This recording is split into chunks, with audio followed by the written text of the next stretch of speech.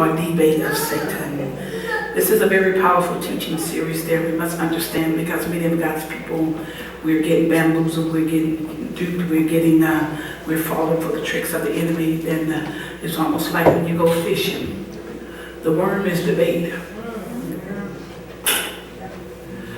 Notice one thing about the bait: sometimes it's very small. Sometimes it seems like it's very insignificant. But the very thing that seems and appears to be very small is what captures us. And we think that there's no harm, there's no hurt, and there's no danger to that. So when you take the analogy of the fish needs a bait on a hook.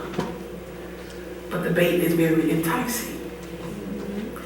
The bait looks very delicious. The bait looks very harmless. But the bait is what lures you for the end results of something devastating. Many of God's people were falling for the bait of Satan. And we must understand how the devil works in getting the upper hand against God's people. In other words, the bait of Satan gets you and I caught up. So the sole purpose of this teaching, saints of God, is to teach us how to better equip ourselves and overcome Satan's temptations. And saints of God, we must learn how to look out, or what to look for when it comes to what Satan is tempting us with in our future. So the bait of Satan, say the bait of Satan. The bait of Satan is not for your good. The bait of Satan is for his ultimate good. So this teaching series that I've been teaching on, and the scripture thing, we've been coming out of Luke chapter 17, verse 1. And I'm going to read it from the easy to read version of the Bible, where it talks about sin and it talks about forgiveness. The bait of Satan always has to do with sin, and maybe in some shape, form, or fashion, unforgiveness, offenses. Are we catching this? So Luke chapter 17, verse 1, I'm just going to remind us of our teaching series theme. Luke chapter 17, verse 1, from the easy to read version, it says this. It says, Jesus said to his followers, so in the scripture passage, he was talking to his disciples, or to the followers there. He said, things will surely happen that will make people sin. So it's inevitable that offense is going to occur. It's inevitable that you're going to become angry. It's inevitable that you and I have the propensity to become bitter. He said, things will surely happen. He didn't say might happen. He said, offense will surely happen. He said many offenses as well. He said that will make people sin, but it will be very bad for anyone who makes this happen. So in other words, if you're the originator, if you're the proprietary of it, then it's very bad for you. So in this first session there, when I taught this is part 3. I've already taught on two of the bait of Satan, part 1 and part 2. So in part 1, I'm just doing a short recap. I talked about two groups of two categories of people who are offended. The first category of offended people are those that have been genuinely mistreated. And the second category, two categories of offended people. And the second category are those who think they have been mistreated but actually were not. It's called perceived offense. There's some of us who have been really been mistreated, and some of us who we can just take what somebody said, and then the spirit, the bait of Satan will cause us to make us think that we have been offended in its perception. Can I tell many of us that perception is reality?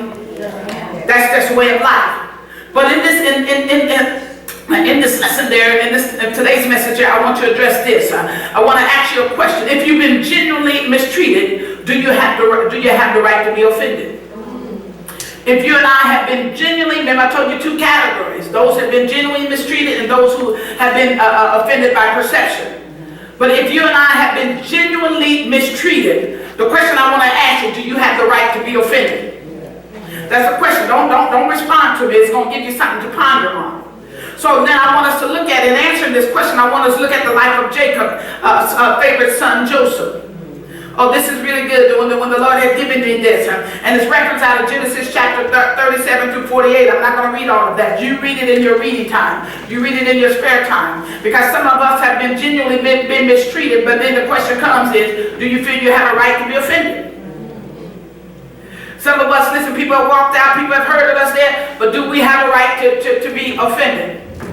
And the story of Joseph is going to give you a real good revelational analogy, a revelation there, and a response. Somewhere I'm going to read about Joseph there. Listen, I ain't got to preach you happy. I'd rather for you to get this, so therefore you know how to, when you and I become offended, when we believe that we've been offended by mom and daddy, pastor, apostle, whatever the case may be, co-workers, supervisor there, you're going to know how to handle it. You're going to know how to respond. Yeah. So let me talk about the story of Joseph through Jacob, his father. All right? So Joseph was Jacob's 11th son. We're familiar with this story, am I right? Yeah. He was despised. Joseph was despised by his older brothers there because his father favored Joseph. Jacob favored Joseph and set him apart with a coat of many colors. We're familiar with this story. So here God gave Joseph two dreams. Two dreams that the Lord said, get your dreamology book out. And listen, when you have dreams, your dreams have purpose there. And so therefore your dreams are not just dreams just to be having dreams there. You must get the revelation, what's the meaning behind the dream. So the Lord has spoke to me there when I was preparing the message there. He said, tell the people there, if you have not invested in, if you are a dreamer there, invest in the dreamology book, symbology dictionary. I want to encourage Facebook family there. This is an excellent resource book there if you have the gift or you operate in dreams there prophetically.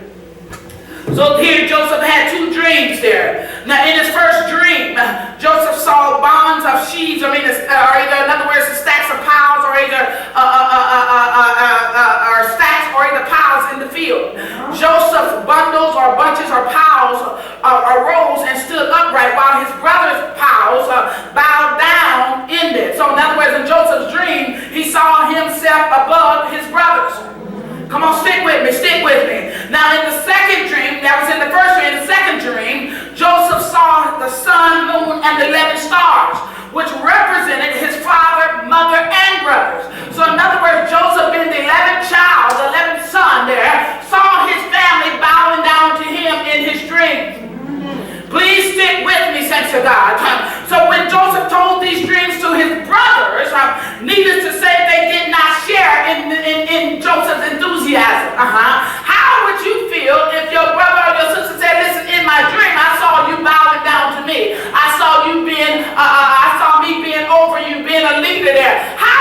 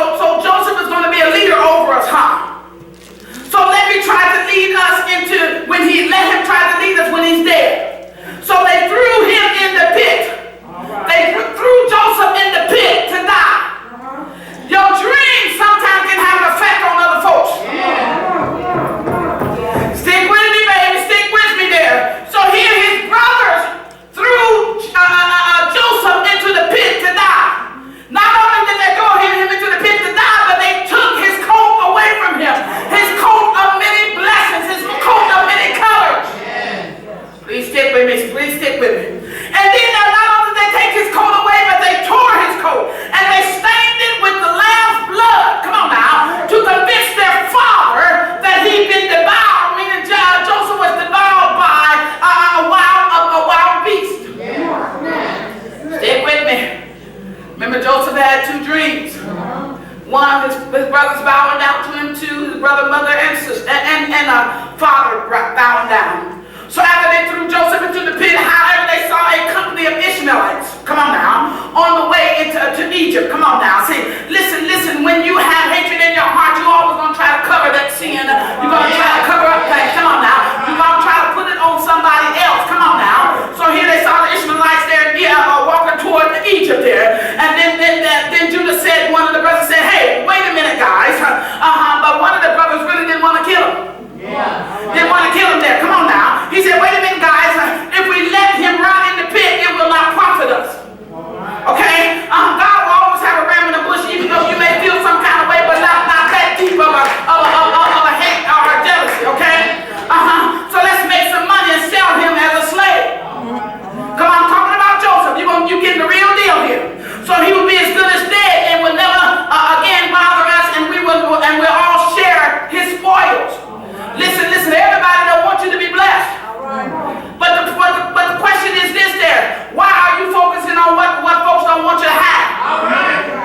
Never focus in on what folks don't want you to have, because then you then become distracted. So they sold Joseph for 20 shekels of silver. Now this is what the Lord said. I highlighted this in my notes. He said, notice Joseph had offended his brothers. How did Joseph offend his brother? By telling him his dream. Stick with it. It wasn't that Joseph literally did something wrong, but he told them his dream. So Joseph had offended his brothers, so they betrayed him, taking away his blessings, taking away Joseph's inheritance, taking away his family, because he told them about his dream. So it wasn't that Joseph was offended, it was that his brothers became offended, all because of what Joseph told them. This is powerful. So they're always in the spirit of offense. But the Lord said, tell the people to keep in mind these are brothers who did this. They had the same father, they had the same flesh, and they had the same blood. I've come to realize, and I've experienced life myself. Listen, your enemy is not always those who are distant. Listen. The most worst hurt and pain normally comes from the inside. This ain't talking about your family there, listen, but you experience the most painful hurt. It's not from folks who are distant from you. It's folks who are closest to you. Tell your neighbor it's an inside job. It's an inside job. So let me give you this food for thought. Sometimes, thanks to God, we're not aware that we have offended each other when we're speaking or talking about what God is. Come on now. Or what he has done.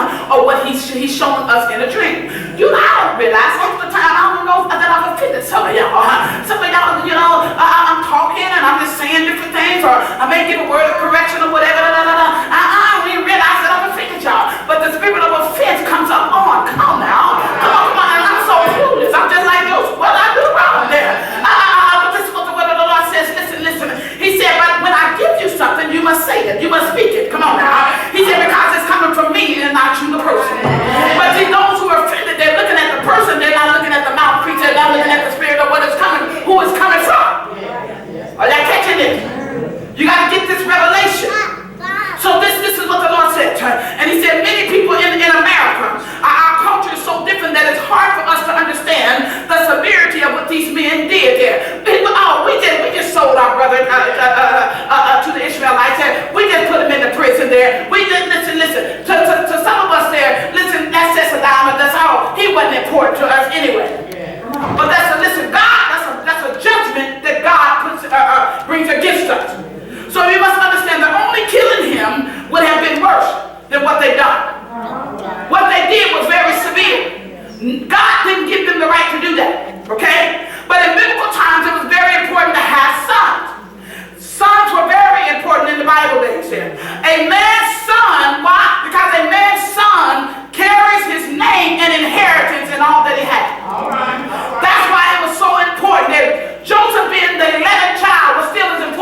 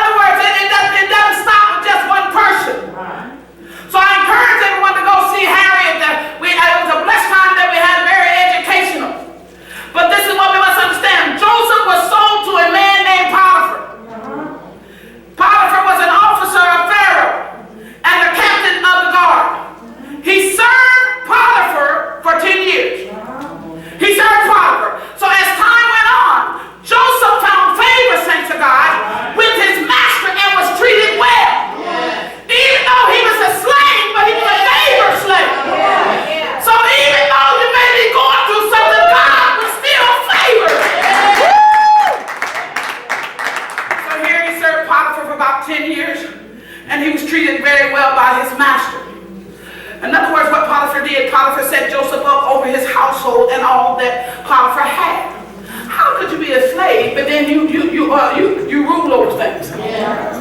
That's the hand of God. See, can't nobody take your favor away from you. I don't care what they try to take from you. Come on. That's the hand of God. See, favor's on my life, and I don't know whether you don't like it, whether Facebook don't like it, whether anybody don't like it. Favor follows me. Didn't mean that doesn't mean that I'm exempt from going through trials, storms, and tribulations there. Listen. But still, favor follows me. Come on, y'all better catch this. Y'all better catch it.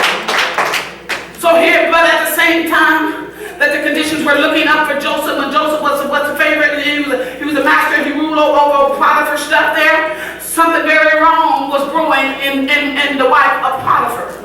Oh, this really blessed me there. So Potiphar's wife there, she had casted lustful eyes over and seductive eyes on Joseph there. She already had a man, but she wanted another man. Come on. And the Lord gave me this revelation. She was a manhunter. And the Lord said there's many people in the house of God that are manhunters there. They're not satisfied there. I want to be married. I want to be married there. So you'll do whatever it takes there to hunt down a man. Come on now. Now Joseph was an very honorable man. Joseph didn't want Potiphar's wife. Joseph ran, but listen. Some of us women who have that seductive spirit, that insecurity spirit, that lonely spirit on them there, you're going to hunt a man down. Joseph said, I'm trying to get out of here. I see you don't want to be, I don't want to sleep with you. So Potiphar's wife said, wait a minute, come on, won't you lay down? Won't you get a little quickie in? Joseph said, no, I'm just paraphrasing. Joseph said, no, I'm getting the heck out of here there. Because listen, your husband, listen, has given me rule over everything in the house. So why forfeit your blessing just for a temporary enjoyment? Too many of God's people are forfeiting their blessing for a temporary enjoyment. Too many of God's women there have a man-hunting spirit on you. Get that out of you. Hunt for Jesus. Too many men have a woman-hunting spirit on you. Get that spirit off of you and hunt for Jesus. Tell your neighbor, say, hunt for Jesus. So this is what God said. Told Joseph there. He said, listen, I'm trying to get out of here. I'm getting out of here. So here Potiphar's wife there, she tried to seduce him, and he refused. And it's something about when a woman there, not all women there, it's something about when a woman is refused there, listen, she's determined. And then that woman becomes scorned. Because you rejected me, all that I wanted to give to you. Come on now, you let the neck bite. Then you become a scorned woman. Then you're out to get the man that rejected you. The man was trying to live right there. Come on now. He ain't trying to sleep with his boss's wife. So as Joseph was running, the Bible says there, Potiphar's wife screamed, rape! Rape! Joseph didn't do anything wrong. But can I tell you, even though you're favored, you still got to go through the process. All this stemmed from Joseph's brothers being offended. Being offended there from these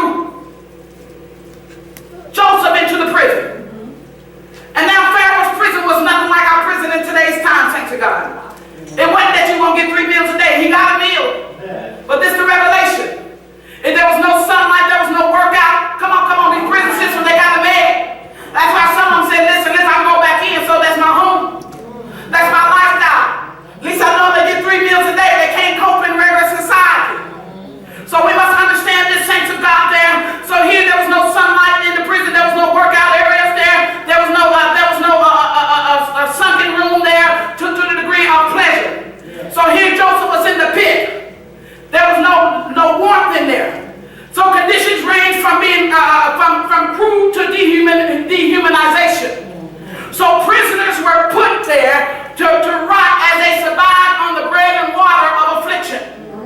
That blessed me right there. When you read 1 Kings chapter 22, verse 27, it says they were given just enough food to survive so they can suffer.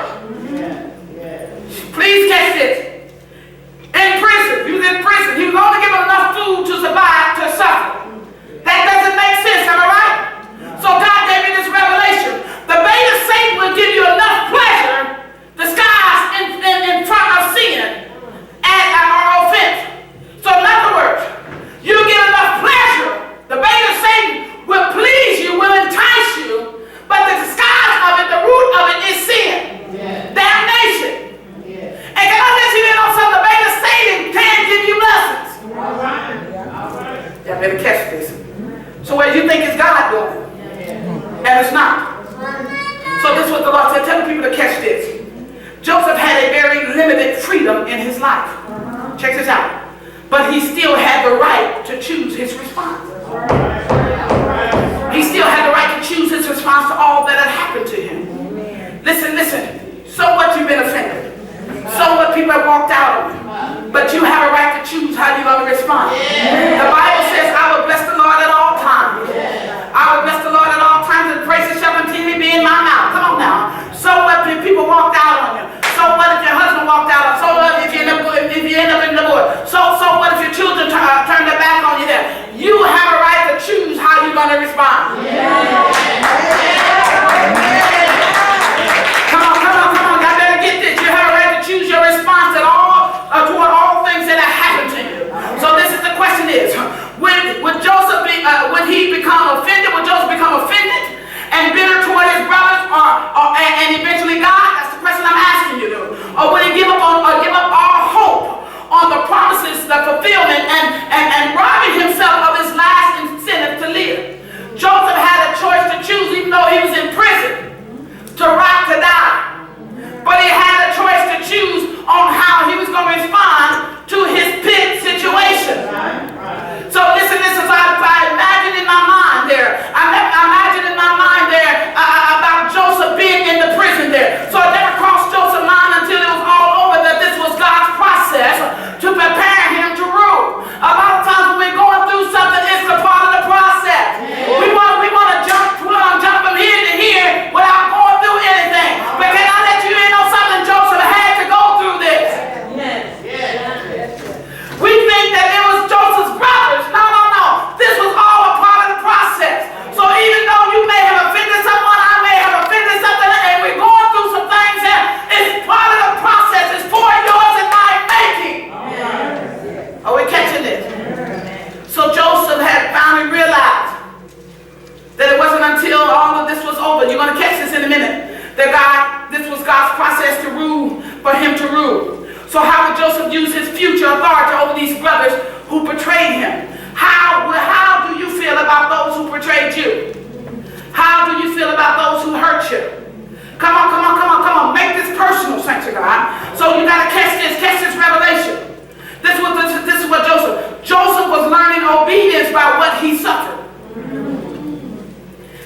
You and I must learn obedience by what we're suffering. So I'm going through something. The Lord said, you're going to obey me in what you're going through? Joseph was learning obedience by what he suffered. We think suffering is a bad thing. No. There's a process, there's a purpose, and why we go through what we go through. Learn what you're supposed to get in your time of suffering. So in Joseph's time of suffering, he was learning obedience. It says this, that his brothers were skillfully wielding instruments in the hands of God. Let me translate this. God used Joseph's brothers. They were God's instrument. Please catch this. In Joseph's suffering. Can I tell you? Sometimes we don't understand who God is using and why God is using him. So the question is, will Joseph hold fast to the promises? Seeking God for his purpose in our suffering? Do you hold fast? Do you hold fast while you're going through? Do you still see the promises? The promises that God had. Listen, remember Joseph had 2 dreams. God will not allow you and I to dream. God will not allow you and I, when we receive a prophetic word, for that word to die. But there's a difference from when we dream the dream, from when the dream comes to maturity. There's a big difference. There's a time gap in that. So we must catch this. Could it be perhaps when Joseph had his dream, he saw them as a confirmation of favor on his life? When Joseph told his brothers about the dream, it was really a confirmation. When Joseph had his dream, he saw them as confirmation of the favor that was upon his life. Then I wrote in here, key revelation. Joseph had not learned, please catch this, Joseph had not learned that authority is given to serve, not to set you apart.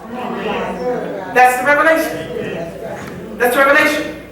So when you're given authority to serve, not authority to say, I'm above you, I'm better. Are y'all catching this? Please get this revelation. Many of us are in leadership positions that we think people are just supposed to serve us. I'm set apart. I'm the one and only. No, we have the wrong spirit. We have the wrong mindset. So Joseph had to learn your leadership, your authority was to serve, not to be set apart. Did y'all catch this key revelation? So to Joseph, the bottom line was his brothers. The bottom line was his brothers. They were the force that had thrown him into the dungeon. Joseph's brother.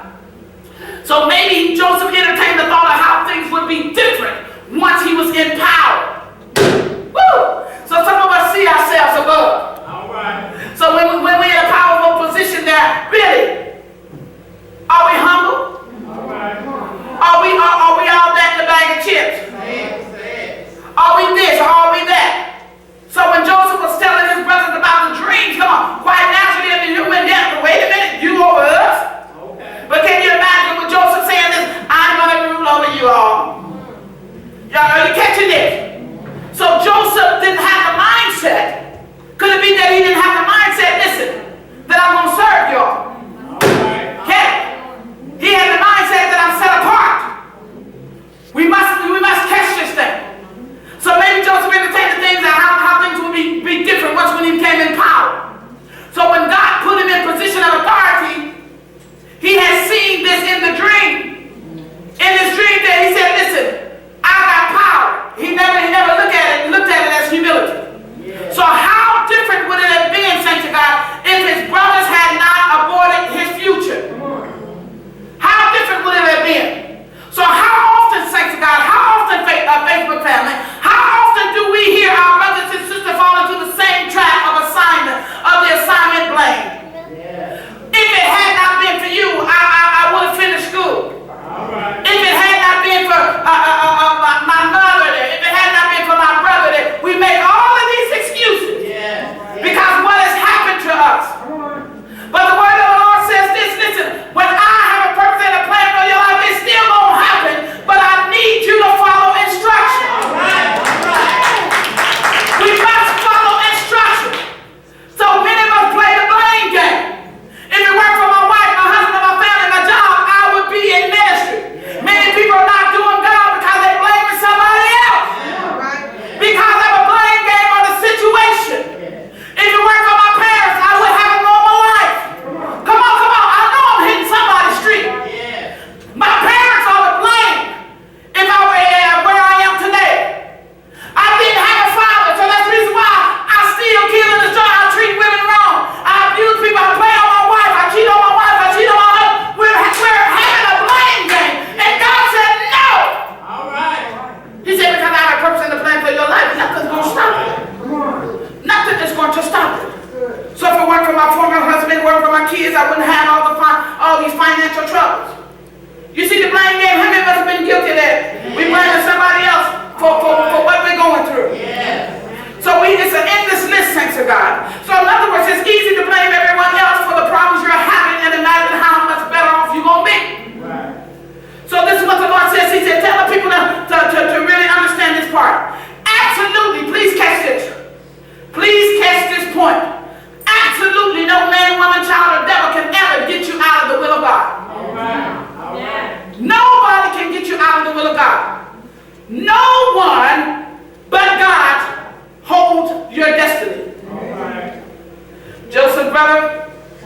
sold him, but God still had destiny for him. Yeah.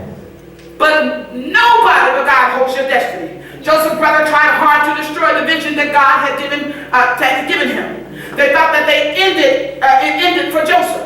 They said out of their own mouths, this is what they said: "Come, therefore, let us now kill him and cast him into some pit. We shall see what becomes of his dreams." That's what they said. But can I tell you this? Prison for Joseph was a time of shifting for Joseph.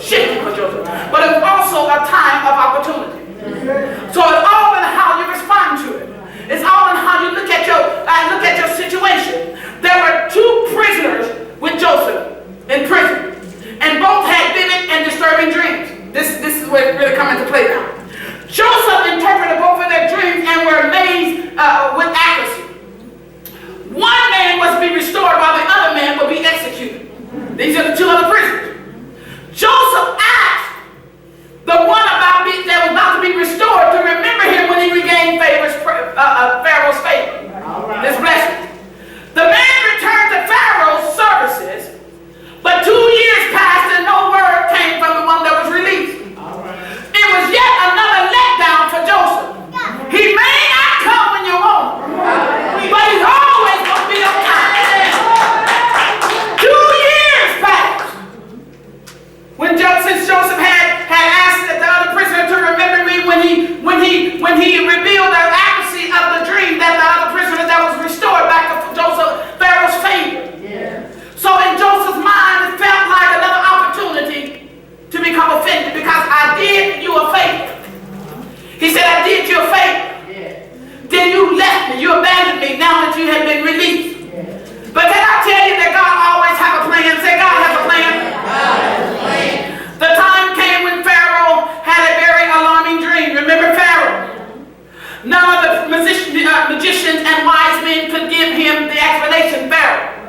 It was then that the restored servant, remembered Joseph.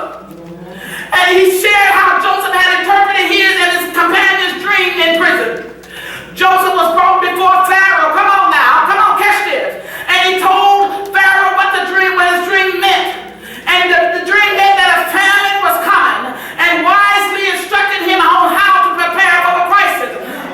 Pharaoh put Joseph in the prison. Come on now. But it was Joseph that interpreted Pharaoh's dream, said a famine is coming. And this is what you need to do. Please catch this, thanks to God. So Pharaoh immediately promoted Joseph again to second in command over all of Egypt. You was in command before, but really the second time it said it was over all of Egypt. The first time he ruled over everything Pharaoh had. But now, see, there's a promotion in your suffering. Mother Deborah, there's a promotion in your suffering. So later when the famine came to all the known nations, Joseph's brother, come on now, his brother's coming back into play. Joseph's brother had to come to Egypt for aid. Come on, saints of God. If Joseph held anything in his heart against his brothers, come on, saints. That would have been the time to carry it out. So listen, the revelation, it was his brothers that sold him to the Ishmaelites there. But then it also at the time the Lord said, I'm going to bring a turnaround. I'm going to bring a turnabout. Joseph could have held the offense. Come on now. Remember, his brothers were offended. Come on now. Because of the dream that Joseph told him. But Joseph, listen. Just because you were offended or mistreated, the question is, do you have a right to be offended? All right. It would have been at that time when his brothers came back during the famine time that Joseph could have carried that offense out. Joseph could have thrown them in the prison for life. Remember, now he's ruler over Egypt. And even killed them if he wanted to, because he had the power. But remember when he told the dream for the perfection that I'm going to rule over you. But this time, because between the time he told the dreams there, he went through prison time, he went through suffering himself. And this time when God restored him, he made him ruler over Egypt, but he has a different mindset.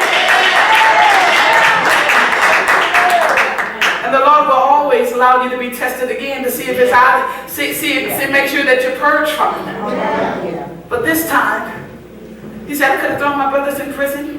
I could have had them killed. But this time, this is what the word of the Lord says there. He said, I could allow them to be tortured because he was second in command.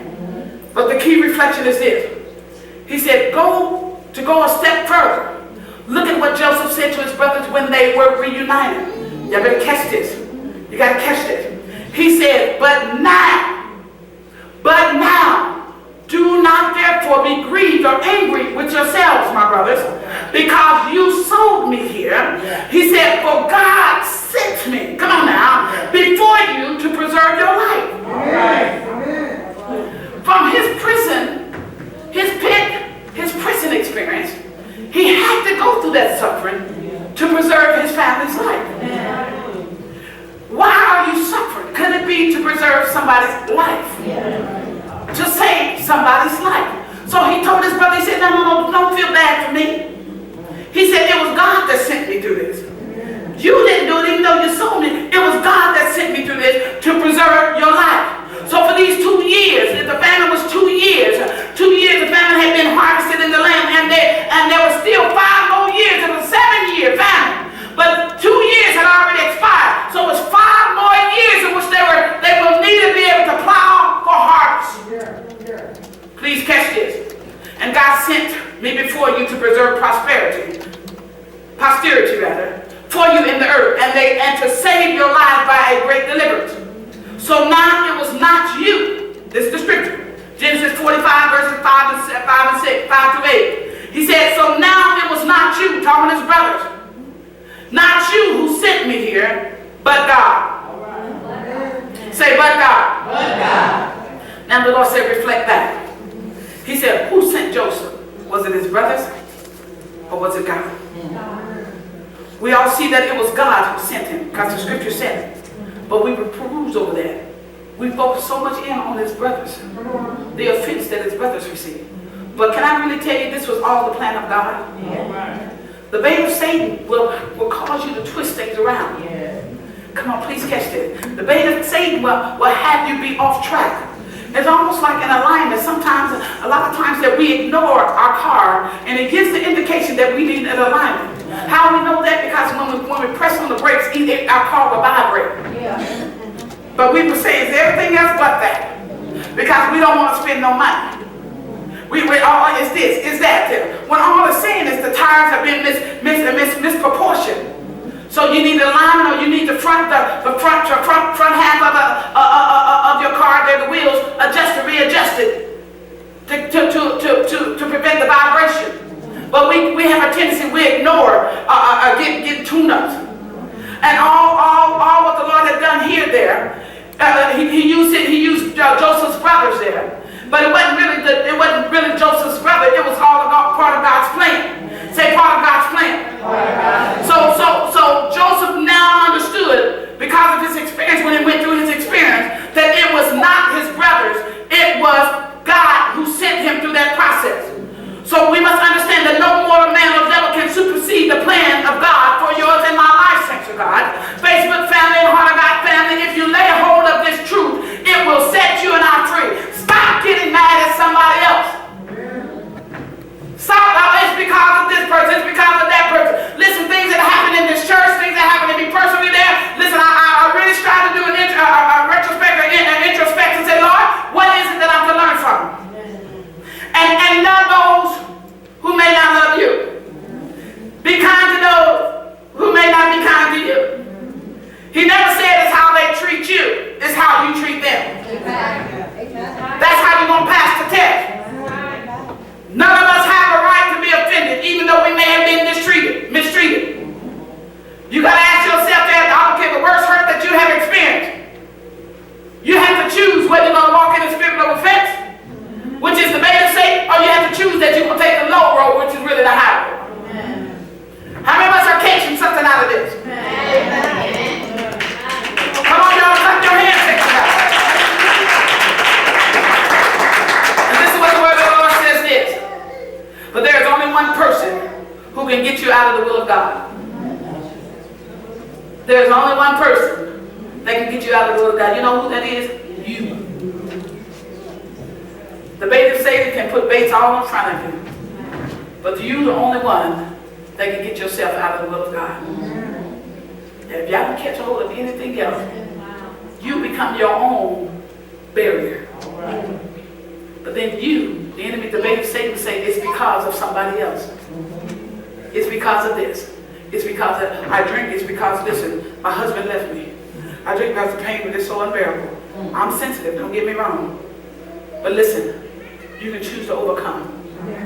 You can choose to make lemonade out of a lemon situation. It's all in the eye of the beholder. There's a lot of folks who are rich nowadays because they chose to take a junk situation and turn it into a treasure. They chose to take a pit situation and turn it into a palace. They chose to take a house that's dilapidated, people don't see no value in. And then listen, one man's junk is another man's treasure. You got to see the vision, you got to see the purpose, you got to see the plan that God has for you, even in your tumultuous situation.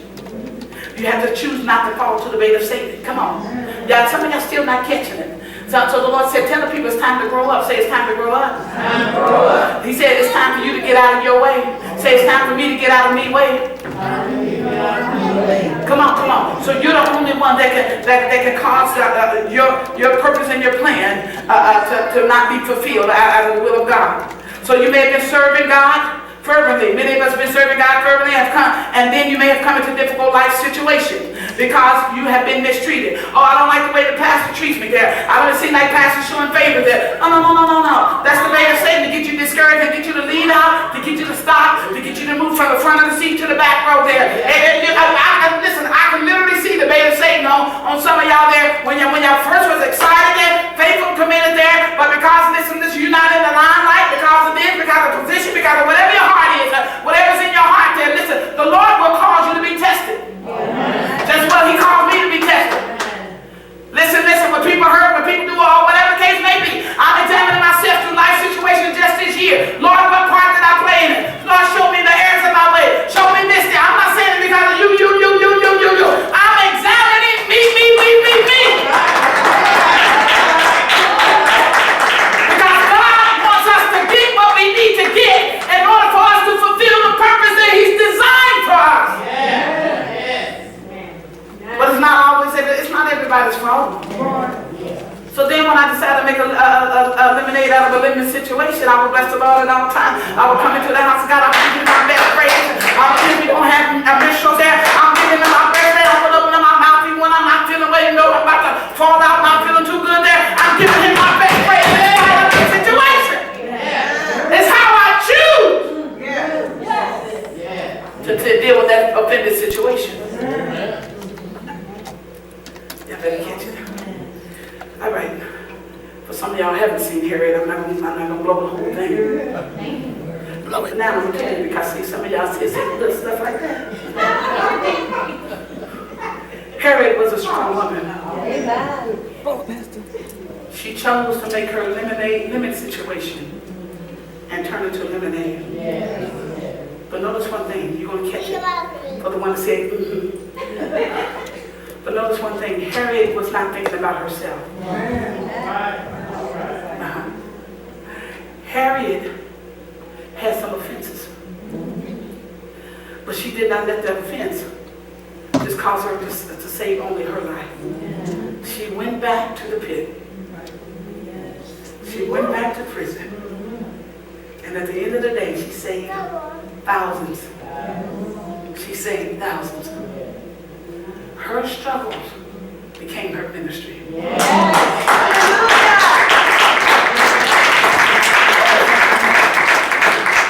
And as a result, her struggle becoming her ministry. See, I didn't give it all away. She became history. The question the Lord wants to ask us, are we going to fall for the bait of Satan? Or are we going to become history? All right. Amen. History. Your struggles has to be recorded. Your trials has to be recorded. And a lot of times, your testing has to be open and transparent because people are watching you. People are watching me. People are watching this ministry. People are watching marriages. And how you respond to offense is a choice. Although you may have been mistreated, but do you have a right to be offended? Although you may have legitimately been done wrong, but Facebook, do you have a right to be offended? Joseph realized that he did not have a right to be offended. All right. Joseph realized, but it was through the realization of prison, it was through the realization of the pit, it was through the realization of his struggle that he got the message. My power is to serve, not to be served. All right. All right.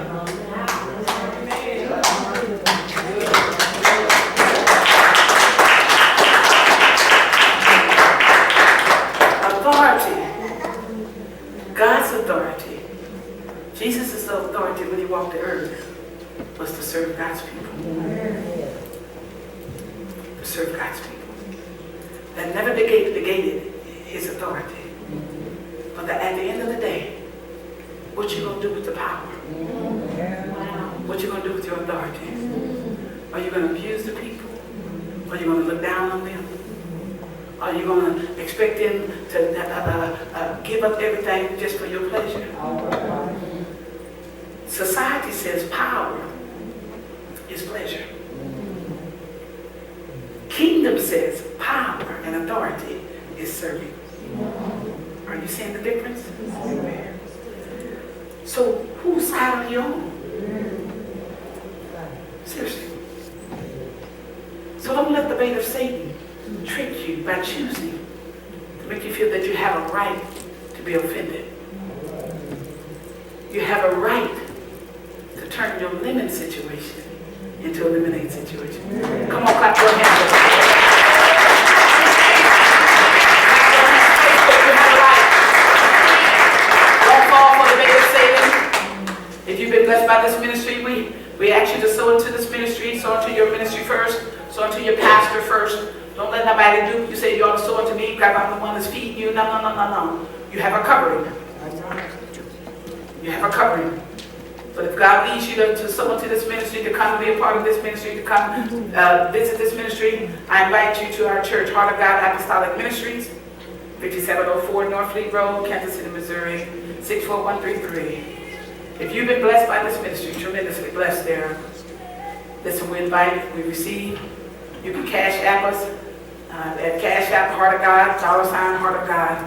So into this ministry, we'll be tremendously blessed. This is good ground. But whatever you do, don't fall for the bait of Satan. Clap your hands, everybody.